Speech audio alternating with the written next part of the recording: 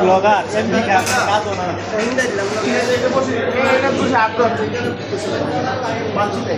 না আপনি বসছেন হ্যাঁ দুইটা জেলা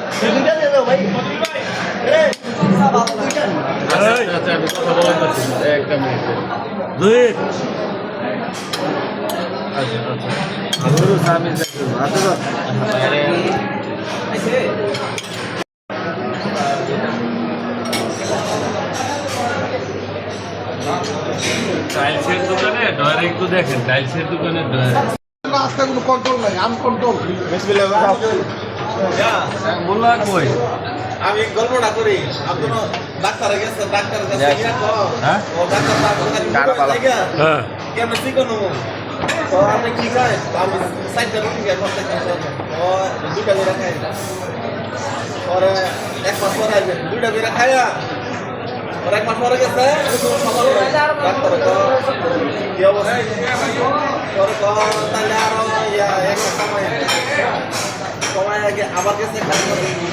কমছে না রুটি একটা ডাক্তার ও আপনি উপর করবেন না গেলে